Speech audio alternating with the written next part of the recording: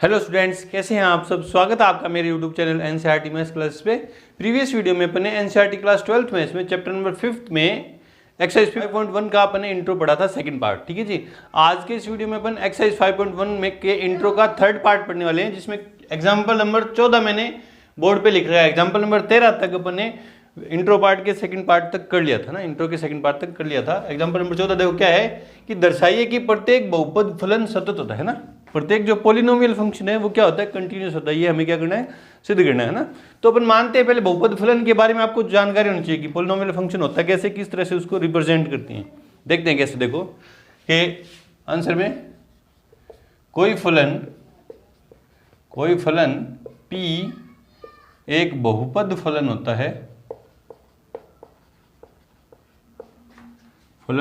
है यदि n belongs to n natural number है ना, n belongs to natural number के लिए क्या हो जाए, px बराबर a0 plus a1x plus a2x plus dot dot dot dot an x की पावर n है ना। ये बहुपद फलन होता है जहां an नॉट इक्वल्स टू क्या होता है, 0। an का मान जो है 0 के इक्वल नहीं हो सकता ना। और ये जो सारे a हैं, ai belongs to real number, ये सारे क्या आते हैं, रियल नंबर से बिलोंग करते हैं। ठीक है, ये तो होता है बहुपद फलन। अब देखो, इसको सतत सिद्ध करने के लिए अपनी डोमेन के सभी पॉइंट पे ये क्या होना चाहिए, सतत होना चाहिए, कंटिन्यूस होना चाहिए। तो अपन बोलेंगे कंटिन्यूस फंक्शन है। तो हमें चेक करना है कि इसकी डोमेन क्या है। तो अपन देखेंगे कि x के प्रत्येक मान के लिए ये जो फंक्शन है x के प्रत्येक मान के लिए क्या है, परिभाषित है। तो लिखेंगे चूंकि यहाँ px x के प्रत्येक मान के लिए परिभाषित है ना, परिभाषित है। मतलब ये सारे रियल नंबर के लिए क्या है, परिभाषित है। x के प्रत्येक वास्तविक मान है ना, वास्तविक मान के लिए परिभाषित है। तो मुझे पता चल गया कि इसकी डोमेन क्या है, ऑल रियल नंबर है ना। और अब मैंने देखा कि इसकी जो डोमेन है उसके किसी पॉइंट पर फंक्शन की डेफिनेशन ब्रेक नहीं हो रही है ना। तो सिंगल डेफिनेशन है। तो अपन क्या करेंगे, जनरल पॉइंट मानेंगे। माना x बराबर c बिलोंग्स टू r के लिए, तरीका वही है ना। पॉइंट मिल जाएगा मेरे को, इस पॉइंट पे मेरे को कंटिन्यूटी चेक करनी है। और ये जो पॉइंट c है वो क्या, जनरल पॉइंट है। मतलब इसमें सारे इसी रियल नंबर के लिए अपन क्या करें, चेक करें। तो चलो जी, limit x tends to c fx है ना। तो क्या आ जाएगा, fx में मैं रखूंगा ये है ना, तो क्या दे देगा, pc है ना। यूं रखेंगे px x की जगह मैं c रखूंगा तो क्या देगा, a0 plus a1c plus a2c plus an c की पावर n। उसको मैं p की पावर p इंटू सी लिख सकता हूँ, मतलब पॉलिनोमियल इन c। वो क्या जाएगा, पॉलिनोमियल इन c आ जाएगा है ना। वह fc इक्वल्स टू क्या देगा, जब मैं इस फंक्शन के अंदर c रखूंगा, सीधा ही c रखूंगा तो क्या देगा, यूं तो देगा यार, यूं तो देगा। देखो a0 plus a1c plus a2c square plus dot dot dot square है ना, dot dot dot plus an c की पावर n। इसको मैं यूं भी लिखता हूँ pc। इसी तरह ये है ना, इसी तरह ये था, इसको मैं pc लिखता हूँ। इसलिए चूंकि limit x tends to c fx equals to आया fc इक्वल्स टू क्या आ रहा है, pc है ना। मतलब c पर लिमिटिंग वैल्यू और c पर फंक्शन की वैल्यू क्या है, इक्वल है। तो फंक्शन क्या हो जाएगा, कंटिन्यूस हो जाएगा। इसलिए फलन fx बराबर क्या है, px। ये जो फलन fx वो क्या है, px। ये x बराबर c बिलोंग्स टू r के लिए सतत है। क्या है, सतत है। और आप इसको यूँ भी लिख सकते हो x बराबर c, वो किससे बिलोंग कर रहा है, r। आप यूँ लिख सकते हो x के प्रत्येक मान के लिए क्या है, सतत है। तो ये क्या हो गया, सतत फलन होगा ना। इसलिए fx एक सतत फलन है। कोई भी फंक्शन कंटिन्यूस कब होता है, जब अपनी डोमेन के हर पॉइंट पे कंटिन्यूस हो। इस तरह से करें। बढ़ते हैं एग्जांपल नंबर 15 की तरफ। उससे पहले वीडियो को रोकें और नोट करें। एग्जाम्पल नंबर 15 देखो क्या है कि fx बराबर बॉक्स x है ना। क्या है, महत्तम पूर्णांक फलन है, ग्रेटेस्ट इंटीजर फंक्शन है। आपने इसके बारे में पढ़ा था 11th क्लास के अंदर। द्वारा परिभाषित महत्तम पूर्णांक फलन असंतता के समस्त बिंदुओं को ज्ञात कीजिए, मतलब ये किन किन पॉइंट्स पे ये क्या है असतत है, उन हमें क्या करना है, उन पॉइंट्स को क्या करना है, फाइंड करना है जहां मोड बॉक्स एक्स क्या कह रहा है, उस महत्तम पूर्णांक को प्रकट करता है जो x से कम या उसके बराबर है, जो x से कम या उसके बराबर है। देखो थोड़ी सी नॉलेज दे रहा हूं, महत्तम पूर्णांक फलन क्या है, इसके अंदर मैं कोई भी इंटीजर रखूं ना, कोई भी इंटीजर रखूं तो वो दे देगा, है ना। जैसे मैंने 3 रखा तो 3 दे दिया, -2 रखा तो वो क्या दे देगा, -2, ठीक है। इंटीजर रखा तो वो की वो वैल्यू दे देगा। अगर पॉइंट्स में मैं कोई वैल्यू दे रहा हूं, रख रहा हूं ना, जैसे मैंने रखा 5.2, तो ये जस्ट उससे पीछे वाला इंटीजर देगा, जस्ट उससे पीछे वाला। नंबर लाइन होती है ना, नंबर लाइन होती है, ये 0, ये 1, ये 2, ये 3, ये इधर सॉरी इधर -1, -2, है ना। जो भी मैं पॉइंट्स में वैल्यू रखूंगा, जैसे मैंने रखी 1.2, तो जस्ट पीछे वाला इंटीजर देगा तो क्या देगा, 1 देगा। तो 5.2 से जस्ट पीछे क्या होगा, 5 होगा। मैंने रखा -1.2, है ना, -1.2 कहाँ है, देखो ये 0, ये -1.2 ये है, मान लो ये है, तो उसे जस्ट पीछे वाला इंटीजर क्या देगा, ये -2 देगा, ठीक है। इस तरह से ये greatest integer less than equals to जो भी x के अपन वैल्यू रख रहे हैं ना, उससे छोटा इंटीजर, और अगर वो खुद इंटीजर है, उसके अंदर जो वैल्यू अपन रख रहे हैं वो खुद इंटीजर है, तो खुद का खुद दे देगा ना, पूर्णांक है तो पूर्णांक ही दे देगा, और अगर कोई भिन्न है तो पीछे वाला इंटीजर देगा, ठीक है। ये महत्तम पूर्णांक फलन की डेफिनेशन है। तो देखो ये जितने भी अपन रियल वैल्यू रखेंगे उन सब के लिए क्या है, डिफाइन है। देखो इसकी जगह कुछ भी रख दें, 100 रख दूंगा 100 दे देगा, -500 रख दूँ -500 दे देगा, कितनी बड़ी वैल्यू रखूंगा वो दे देगा ना, कुछ ना कुछ वैल्यू देगा। तो हमें पता चला कि जो फंक्शन है x के सभी रियल मानों, वास्तविक मानों के लिए क्या है, परिभाषित है। तो वही लिखते हैं, मुझे प्रांत पता चलेगी ना इसकी आंसर में, क्योंकि f(x) बराबर बॉक्स x के सभी वास्तविक मानों के लिए परिभाषित है। चलो जी, ठीक है, इसलिए x बिलोंग्स टू क्या हो गया, रियल नंबर, सारे रियल नंबर हो गए, ठीक है। ये तो था डेफिनेशन इसकी, मुझे डोमेन पता चल गया क्या, सारे रियल नंबर है। अब मुझे चेक करना है इसकी कंटिन्यूटी कहाँ करें। तो देखो आप ग्राफ से देखते हैं कि हर इंटीजर पे ये क्या है, हर इंटीजर पे क्या हो रहा है, ये इसकी जो इसका ग्राफ है वो ब्रेक हो रहा है। देखो यहाँ इंटीजर है, यहाँ पे ब्रेक हो गया, यहाँ इंटीजर है, यहाँ पे ब्रेक हो रहा है, हर इंटीजर पे ब्रेक हो रहा है ना। कोई भी पॉइंट्स वाली वैल्यू ना, डेसिमल फॉर्म में कोई पॉइंट रखते हैं, वहाँ ये ब्रेक नहीं हो रहा। तो आपको पता चला कि ये जो महत्तम पूर्णांक फलन है सभी पूर्णांकों पर क्या है, असतत है। क्या है, सभी पूर्णांकों पर असतत है। तो इसके दो केस बनते हैं, है ना। केस दो कैसे बने, एक तो पूर्णांकों पे चेक करूंगा मैं, जितने भी पूर्णांक है उन पे चेक करूंगा, और एक उन पे चेक करूंगा जहां पूर्णांक नहीं है, जो वैल्यू पूर्णांक नहीं, जैसे ये वैल्यू है ना, माइनस के 1.3 मान लेता हूँ, -1.5 है, ये क्या आ गया 1.4 है, ये 2.6 है, कुछ वैल्यू ना 3.4 है। इस तरह से ये जो पूर्णांक नहीं है वहाँ चेक करता हूँ, देखो उनके वहाँ किसी भी पूर्णांक नहीं है, उस पर क्या उसका ग्राफ कंटिन्यूस है, बिना पेन उठाए जा रहा था, यहाँ से बिना पेन उठाए, पूर्णांक नहीं है तो बिना पेन उठाए बना सकता हूँ, लेकिन जहाँ पूर्णांक आ जाता है उसे पेन उठा के फिर अगले पूर्णांक पे जाना पड़ता है, फिर अगले पूर्णांक पे पेन उठा के जाना पड़ता है। मतलब पूर्णांकों पे तो इसका ग्राफ ब्रेक हो रहा है, मतलब असतत है, और पूर्णांक नहीं है जो सारी वैल्यू उन पे क्या सतत है। तो केस फर्स्ट है ना, केस फर्स्ट कि x बराबर c, जहां जहां c एक पूर्णांक है। क्या है, c एक क्या है, पूर्णांक है। तो अब देखो पूर्णांक है तो क्या होगा देखो कि पूर्णांक पे लेफ्ट हैंड लिमिट और राइट हैंड लिमिट की वैल्यू क्या आएगी, अलग अलग आएगी, है ना। तो देखते हैं अपन, इसलिए limit x tends to c negative, है ना, c negative, left hand limit निकालते हैं पहले, f(x) इक्वल्स क्या होगा, लिमिट h टेंड्स टू 0, जैसे जैसे x c की तरफ बढ़ेगा h किसकी तरफ बढ़ेगा, 0 की तरफ, क्या जाएगा c minus h। Method of h से लिमिट अपन निकाल रहे हैं, डायरेक्ट मेथड से नहीं निकाल सकते क्योंकि right hand limit left hand limit क्या आएगी, अलग अलग आएगी। देखो कैसे आएगी, तो देखो है ना, बॉक्स के अंदर मैं क्या रखूंगा, फंक्शन कौन सा हमारा बॉक्स है ना, इसके अंदर क्या रखूंगा, c,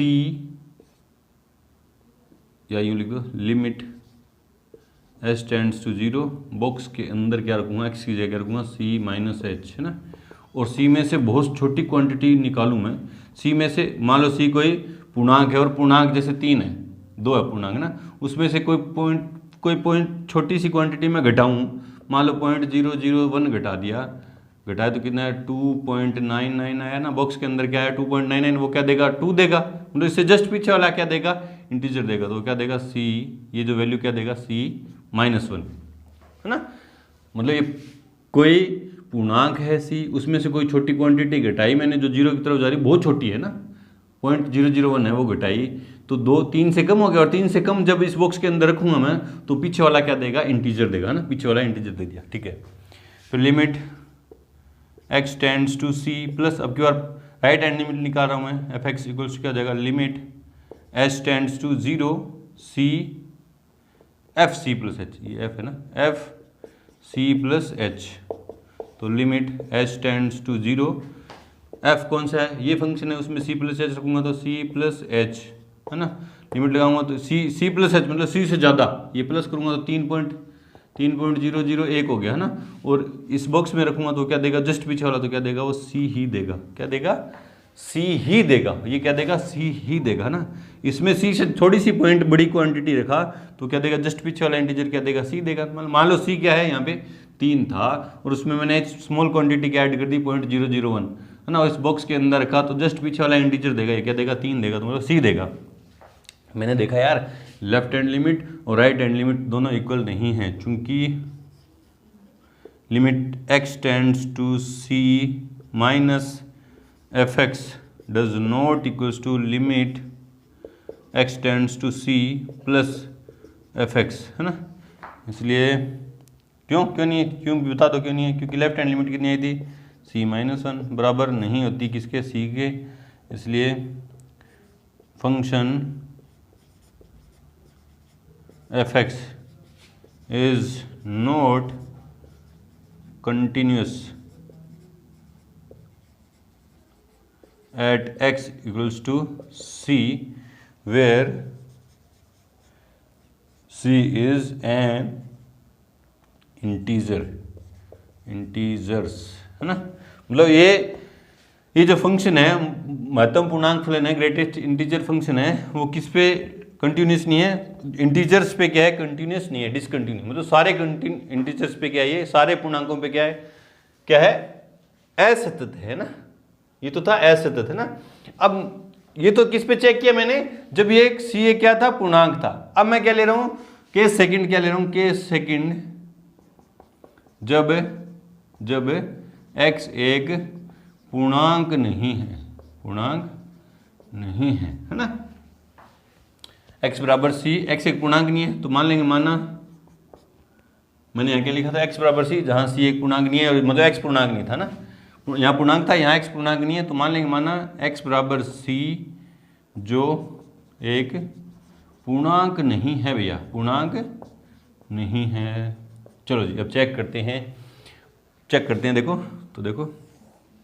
तो limit x tends to c minus f x equals to limit h tends to 0 f c minus h है ना, equals to limit h tends to 0 c f में x की जगह c माइनस एच रखूँगा तो क्या आ जाएगा c माइनस एच है ना, इक्वल्स टू क्या जाएगा, लिमिट लगाऊंगा तो क्या देगा ये c है ना, c देगा, और c क्या है, c क्या है पूर्णांक नहीं है, अब पूर्णांक नहीं है मतलब कोई पॉइंट वाली क्वांटिटी है, वो क्या देगी उससे जस्ट पीछे वाला इंटीजर दे देगी, इसमें ये जो c है ये कोई दशमलव फॉर्म में कोई क्वांटिटी है और उससे जस्ट पीछे वाला इंटीजर दे देगा। अब मुझे पता नहीं है कितना है ना, तो उससे जस्ट पीछे वाला इंटीजर है ना, पीछे वाला, अब जैसे 1.2 है ना, 1.2 है c का मान, तो ये क्या देगा 1 है ना, -0.2 होंगे इसमें, और ये 7.5 है तो ये क्या दे देगा 7 देगा, पॉइंट वाली कोई क्वांटिटी है वो उससे जस्ट पीछे वाला इंटीजर देगा, तो मुझे पता नहीं क्या माइनस होगा, तो ये क्या देगा वो इंटीजर ही दे देगा ना, तो सीधा c के अंदर ही लिख रहा हूँ इसको ना, ये क्या लिखा जाएगा c से, इसको घटा के मैं यूँ नहीं लिख सकता, c-1 थोड़ी ना घट रहा है, पॉइंट वाली जो क्वांटिटी है वो घट रही है, तो इसलिए मैं इसको क्या लिख रहा हूँ c है ना।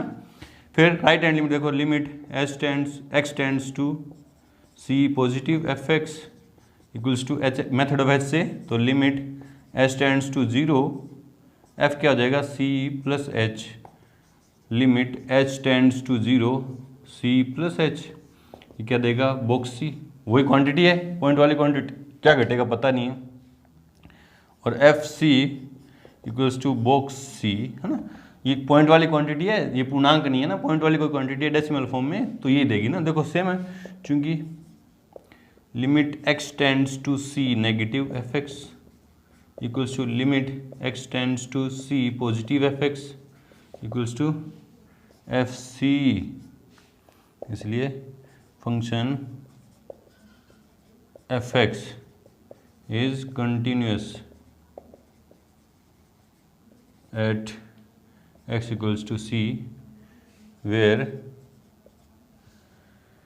c is not an integer,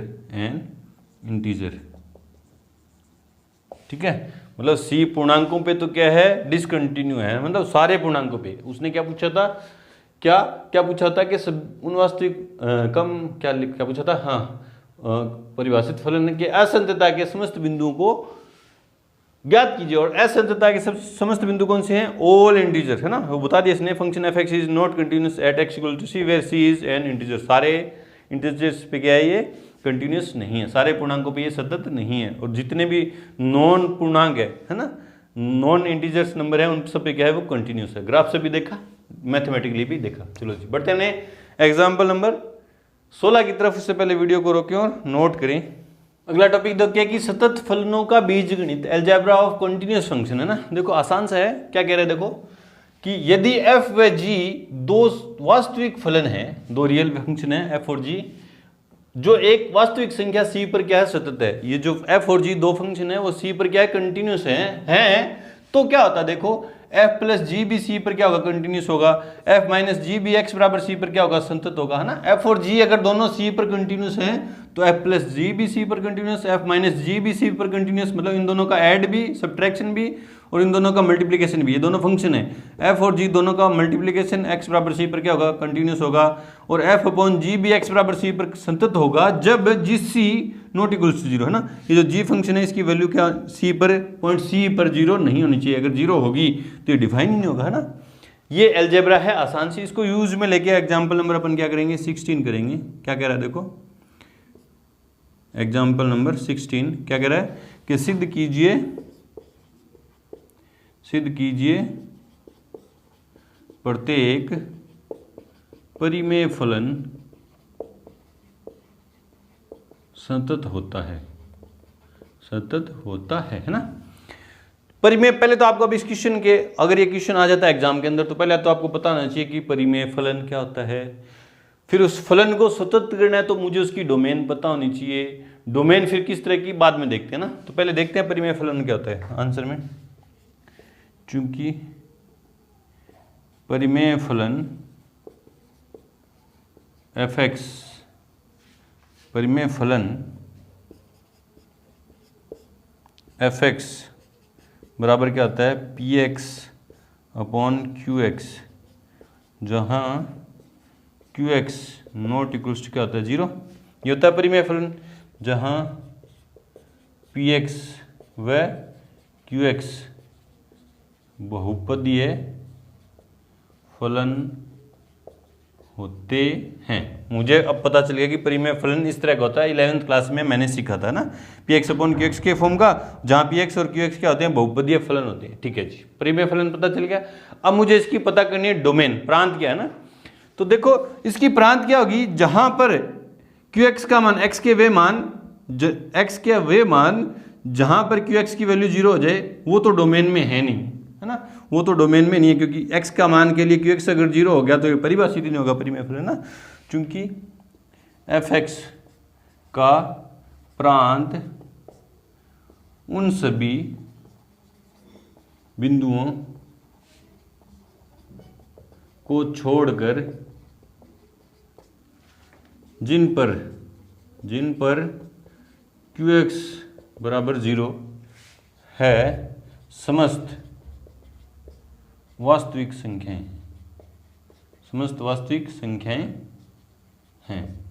ठीक है, मतलब एफ एक्स का प्रांत जो है क्या है, थ्योरेटिकल पर से नहीं है, ज़्यादा थ्योरी लिखनी है ना, मैथमेटिकली कुछ ज़्यादा करना नहीं है, बस आपको समझ में आना चाहिए कि परिमेय फलन यूँ होता है, फिर ये बहुपदीय फलन होते हैं दोनों ना। फिर मुझे प्रांत पता चला कि f(x) का प्रांत उन सभी बिंदुओं को छोड़कर जिन पर qx 0 है, अगर qx 0 है उन बिंदुओं को छोड़ देंगे, है ना, है समस्त वास्तविक संख्याएं हैं, है ना। इसलिए px एक बहुपदीय फलन है जो प्रत्येक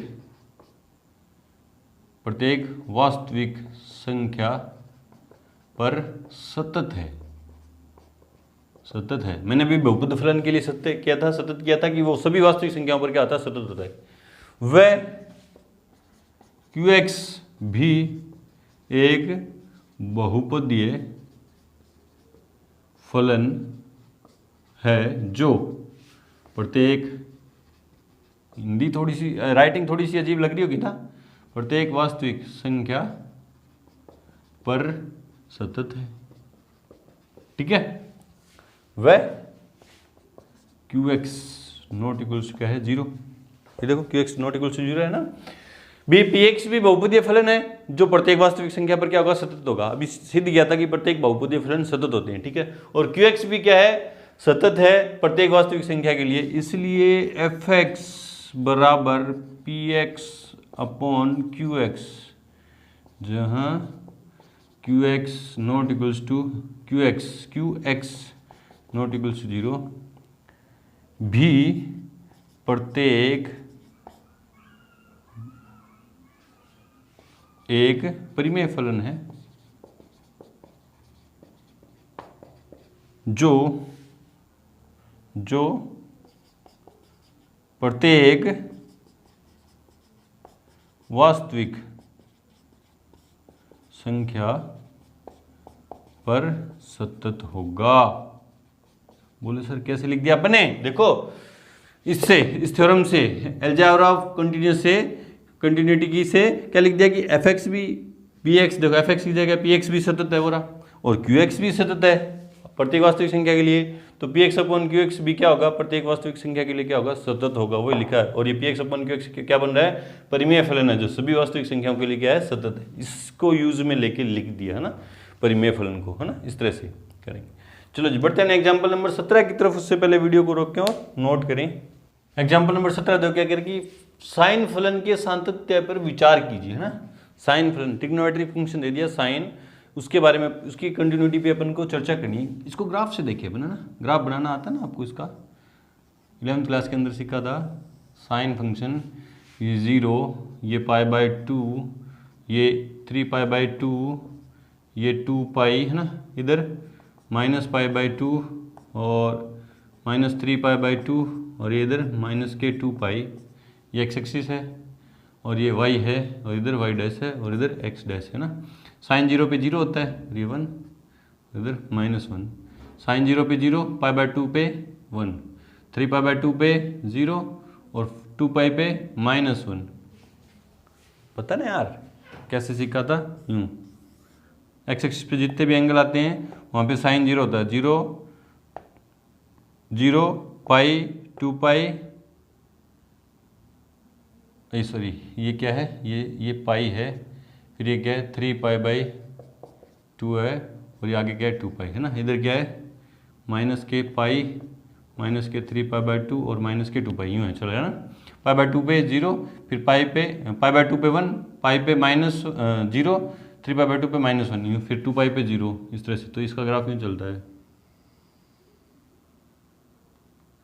साइन का ग्राफ यूँ चलता है कुछ, और इधर यूँ -1, 0 और यूँ +1, यूँ चलता है ना। तो आप देखो यूँ चलता जाएगा।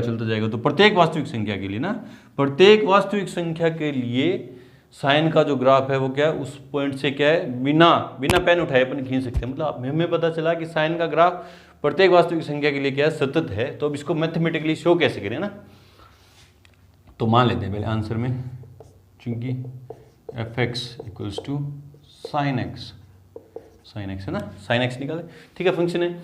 अब पहले मुझे इसकी डोमेन पता होनी चाहिए। मुझे पता है कि साइन सभी वास्तविक संख्याओं के लिए क्या है, परिभाषित है, क्योंकि fx बराबर साइन एक्स, क्योंकि वास्तविक संख्याओं को रेडियन को अपन वास्तविक संख्याएं भी मान सकते हैं ना।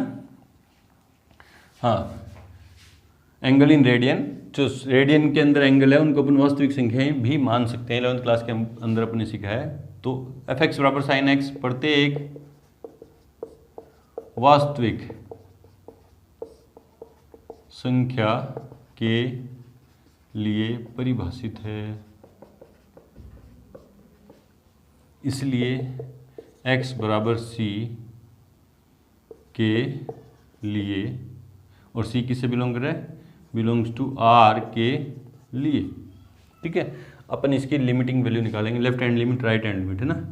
Limit x tends to c negative F x equals to limit h tends to 0 f c minus h. क्या जाएगा, limit h tends to 0 f x में जहाँ एक्स आ रहा है वहाँ क्या रखेंगे सी माइनस एच, तो क्या जाएगा, क्या जाएगा, ये क्या जाएगा, साइन सी माइनस एच, है ना, equals to limit h tends to 0, ये साइन ए माइनस 20, है ना। या यहीं मैं 0 पुट कर दूँ तो क्या दे देगा, साइन सी दे देगा, है ना। इनडिफाइंड वैल्यू दे नहीं रहा, ये क्या दे रहा है, साइन सी, क्या दे देगा, साइन सी, है ना। Right hand limit, limit h tends to 0 नहीं sorry, limit x tends to C positive F x equals to limit h tends to 0 f c plus h equals to limit h tends to 0 sine c plus h, है ना। H की जगह मैं 0 put करूंगा तो क्या दे देगा, sine सी, दोनों इक्वल है। और सी पर फंक्शन की value f C equals to क्या देगा, साइन सी, तीनों बराबर हैं चूंकि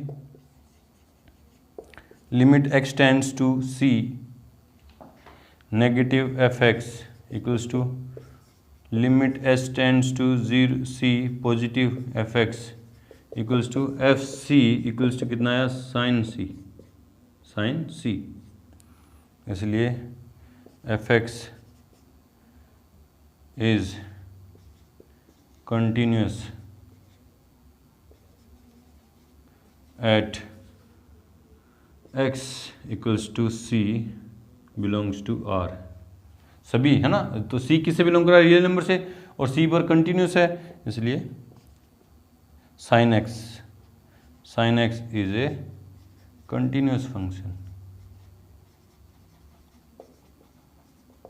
तो ये क्या है, सतत फलन है। साइन एक्स क्या है, सतत है। इसी प्रकार कोस एक्स भी क्या होगा, नोट में याद रखेंगे, कोस एक्स भी एक सतत फलन होता है, ग्राफ से देखोगे तो भी, और इस तरह से इसको शो भी कर सकते हैं, है ना। तो आपको याद रखना है कि साइन एक्स और कोस एक्स ट्रिग्नोमेट्रिक फंक्शन दोनों क्या होते हैं, कंटिन्यूस फंक्शन होते हैं। चलो जी बढ़ते हैं एग्जाम्पल नंबर 18 की तरफ। से पहले वीडियो को रोकें और नोट करें। क्या कह रहा है कि सिद्ध कीजिए कि एफ एक्स बराबर 10x एक सतत फलन है ना। 10x को मेरे को एक कंटिन्यूस फंक्शन शो करना है, तो पहले मुझे इसकी डोमेन पता होनी चाहिए। चलो जी डोमेन देखते हैं आंसर में। चूंकि एफ एक्स इक्वल्स टू क्या है, 10x इक्वल्स टू क्या है, 10x क्या होता है, sine x upon cos x, उन सभी का प्रांत उन सभी वास्तविक संख्याओं का समुच्चय है जहां cos x not equals to 0 ना। इसका जो प्रांत है उन सभी वास्तविक संख्याओं का समुच्चय होगा जहां ये परिभाषित हो, और परिभाषित कहां होगा, जहां cos x not equals to 0, है ना, ये तो होगा। और कोस एक्स जहां 0 नहीं हो, अर्थात X not equals to 2n+1 π/2। Cos X 0 कहाँ होता है, π/2 के विषम गुणज पे, ऑड मल्टीपल ऑफ π/2, है ना। यहाँ पे एक्स के इन मानों के लिए कोस एक्स क्या होता है, 0 होता है, और ये 0 हो नहीं सकता, मतलब एक्स का मान ये नहीं हो सकता। इसलिए x belongs to real number -2n+1 π/2। ये इसकी क्या आ गई, डोमेन आ गई, इस फंक्शन की क्या आ गई, डोमेन आ गई, है ना। अब इस डोमेन के लिए हमें चेक करना है कि फंक्शन क्या है, कंटिन्यूस है या नहीं है। तो देखो for all x belongs to real number minus 2n+1 π/2, इस प्रांत के लिए sin x एक संतत फलन है। sin x व cos x दोनों सतत फलन है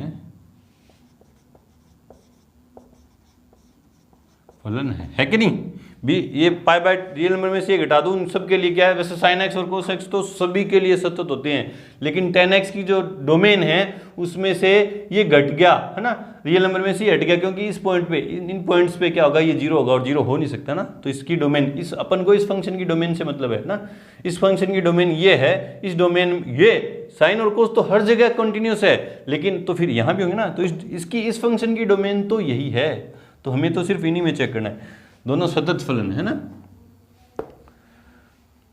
इसलिए सतत फलनों के बीज गणित से, अलजेब्रा ऑफ कंटिन्यूअस फंक्शन गणित से दो सतत फलनों का भागफल भी संतत फलन होता है, इसलिए f(x) बराबर sin x upon cos x for all x not equals to 2n+1 π/2 एक सतत फलन है, ना, फलन है ना भी। ये दोनों सतत है, कौन कंटिन्यूस फंक्शन है, तो इनका भागफल भी क्या होगा, कंटिन्यूस फंक्शन होगा, इसलिए f(x) बराबर क्या हो गया, इसकी वैल्यू क्या है, tan x, sin upon cos x क्या है, tan x for all x not equals to 2n+1 π/2 एक सतत फलन है, ये बताना था, है ना। चलो जी, बढ़ते हैं अपने एग्जाम्पल नंबर 19 की तरफ। उससे पहले वीडियो को रोकें और नोट करें। एग्जाम्पल नंबर 19 करने से पहले अपन प्रमेय देखते हैं। देखो क्या कह रही है, प्रमेय सेकंड है, प्रमेय नंबर 2 है ये, है ना। तो चलो जी, ये क्या कह रही है कि मान लीजिए f व g इस प्रकार के दो वास्तविक मान फलन है, रियल वैल्यूड फंक्शन है, रियल फंक्शन नहीं है, रियल वैल्यूड फंक्शन है, कि c पर फोग परिभाषित है, मतलब फोग जो है क्या है, परिभाषित है, ठीक है जी। यदि c पर g, अब ये क्या कह रहा है कि यदि c पर तो g तथा जिस c पर f परिभाषित है, f सतत है, तो c पर फोग भी क्या होगा, सतत होगा, ठीक है। f और g दो रियल वैल्यूड फंक्शन है कि c पर फोग परिभाषित है, फोग क्वेश्चन के अंदर क्या परिभाषित है, यहां देखो ये कंपोजिशन ऑफ फंक्शन दे रखा है, ये f(x) बराबर sin x², दो फंक्शन का क्या है, कंपोजिशन है, ये परिभाषित है, ठीक है। अब मुझे चेक करना है कि c पर g और जिस c पर h पर सतत है, तो c पर क्या कह देंगे, फोग भी क्या होगा, सतत होगा। देखो करते हैं इसको आंसर में, क्योंकि f(x) बराबर sin x² है ना। पहले देखो परिभाषित है क्या, यहाँ x की कोई भी वैल्यू रखूं, x के प्रत्येक वास्तविक मान के लिए परिभाषित है ना। अब देखो जी, अब मैं gx मान लूं x² को और hx मान लूं sin x को, ठीक है। तो देखो क्या होगा, इसलिए होग x, क्या होग x कंपोजिशन आता है ना आपको चैप्टर फर्स्ट में, होग x को कैसे लिखूंगा, h of gx equals to h of gx का मान कितना है, x², मतलब फंक्शन h में जहां x आ रहा है वहां क्या रखना है, x² इक्वल्स क्या आ गया, sin x², है ना। होग x ही तो होगा, h ऑफ gx, ये अपन को सोचना है ना, ये अपन को सोचना, बोले सर कैसे आया, अपन को सोचना है कि होग मैं बनाऊं तो साइन, ये जो फंक्शन गिवन है वही आ जाए, तो क्या आ गया, इक्वल्स टू f(x) आ गया। अगर आप इसको h मान लेते और इसको g मान लेते तो फिर ये गो निकलता है ना, ये क्या निकलता है, गो। होग और गो बना के देखते आप, जो ये बन रहा है, ये जो गिवन फंक्शन है वो बन रहा है, वही अपने काम का है ना। मान लो आपने यूं मान लिया hx बराबर मान लिया आपने x² और gx मान लिया आपने sin x, है ना। तो आप होग, ये दो तरह से कंपोज हो सकता है, होग और गो दोनों बना के देखो, जिस भी फंक्शन से दोनों में से किसी से भी sin x² आ रहा है वही हमारे काम का है। क्यों? क्योंकि sin x², क्योंकि फंक्शन के अंदर है ना। ये देखो ना, हो गया। ये दोनों का, ये जो फंक्शन fx है, ये दो फंक्शन का क्या कंपोजिशन है, किस किस का, g और h फंक्शन का। अब देखूंगा मैं कि है ना, ये x पे तो g परिभाषित होना चाहिए ना। देखो x पे प्रत्येक x मान के लिए g परिभाषित है क्या? हाँ देखो x एक, देखो चूंकि यहाँ gx बराबर x² एक बहुपदीय फलन है, बहुपदीय फलन है जो x के प्रत्येक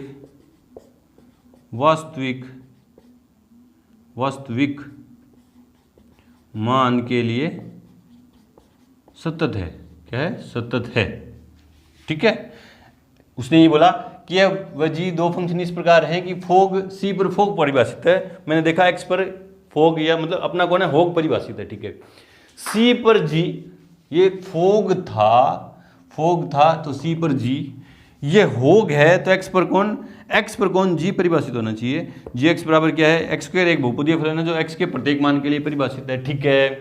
तथा जिस सी पर, मतलब gx पर कौन परिभाषित होना चाहिए, f की जगह अपने पास क्या आ रहा है, h। इस फंक्शन को देखूं तो x पर g परिभाषित है और gx पर कौन परिभाषित होना चाहिए, gx पर कौन परिभाषित होना चाहिए, है ना। gx पर कौन परिभाषित होना चाहिए, x, है ना। h क्या है, h क्या है, sin x है, gx पर परिभाषित होगा, देखो, है ना। वह gx बराबर क्या है, sin x, x के प्रत्येक मान के लिए सतत है। इसलिए प्रमेय 2 से होग x बराबर क्या है, fx बराबर क्या है, sin x², x के प्रत्येक मान के लिए सतत है, प्रत्येक वास्तविक मान के लिए सतत है। इस तरह से करें। चलो जी, बढ़ते हैं अपने एग्जाम्पल नंबर 20 की तरफ। से पहले वीडियो को रोकें और नोट करें। एग्जाम्पल नंबर 20 देखिए क्या है कि दर्शाइए कि fx बराबर mode of 1 - x plus mode x द्वारा परिभाषित फलन f, जहां x एक वास्तविक संख्या, एक सतत फलन है ना। ये भी कंपोजिशन पर बेस्ड है। तो देखो ये डेफिनेशन मैंने इसलिए हटाई नहीं थ्योरम की आंसर में। पहले देखते हैं, चूंकि fx बराबर mode 1 - x plus mode x के प्रत्येक वास्तविक संख्या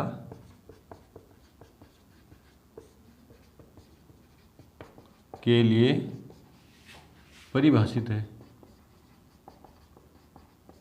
मतलब इस फंक्शन को मेरे को संतत सिद्ध करना था, कंटिन्यूस सिद्ध करना था। पहले मुझे इसकी डोमेन पता होनी चाहिए और मैंने देखा कि x की कोई भी रियल वैल्यू रख दूं मैं तो ये परिभाषित होगा, डिफाइन होगा।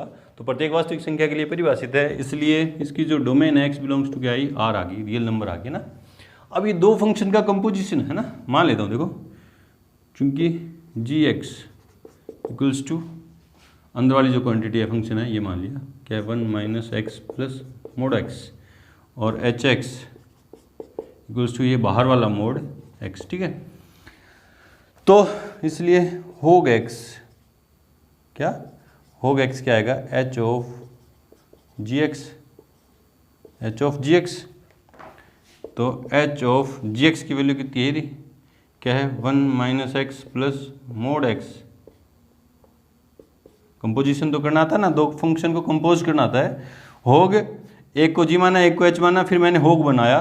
तो होग देखो क्या बना, h ऑफ gx होगा, gx की वैल्यू पुट की। अब मतलब h फंक्शन में जहाँ x आ रहा है वहाँ ये वैल्यू पुट करूँगा। तो h फंक्शन में जहाँ h आ रहा है वहाँ x आ रहा है, वहाँ ये वैल्यू तो क्या आया, क्या आएगा, ये क्या बनेगा, एच फंक्शन में क्या है, एच फंक्शन है क्या मोड एक्स, एक्स की जगह मैं क्या वैल्यू पुट करूँगा ये, तो क्या आएगा 1 minus x plus mode x equals क्या है, यही तो हमारा क्या है एफ एक्स है ना। अब देखेंगे एच एक्स और जी एक्स क्या दोनों कंटिन्यूस है क्या, चूंकि जी एक्स बराबर क्या है 1 minus x plus mode x, क्या ये सतत है क्या, देखो ये पोलिनोमियल फंक्शन है, ये मॉडुलस फंक्शन है, और ये भी कंटिन्यूस होता है, ये भी कंटिन्यूस होता है ना, ये भी एक्स के प्रत्येक मान के लिए कंटिन्यूस है क्योंकि पोलिनोमियल फंक्शन है, ये मॉडुलस फंक्शन है, ये भी एक्स के प्रत्येक मान के लिए कंटिन्यूस है, और दो कंटिन्यूस फंक्शन का एल्जेब्रा लग लिया है ना, क्या हो रहा है, दो सतत फलनों का योग भी क्या होगा, सतत होगा, दो वही लिख रहा हूँ मैं, सतत फलनों कौन कौन से, बहुपदीय लिख रहा हूँ यहाँ पे, बहुपदीय व मापांक फलनों का योग है, इसलिए gx एक संतत फलन है, संतत फलन है। फिर बात करते हैं hx की, hx बराबर क्या है, मोड x एक मापांक फलन है,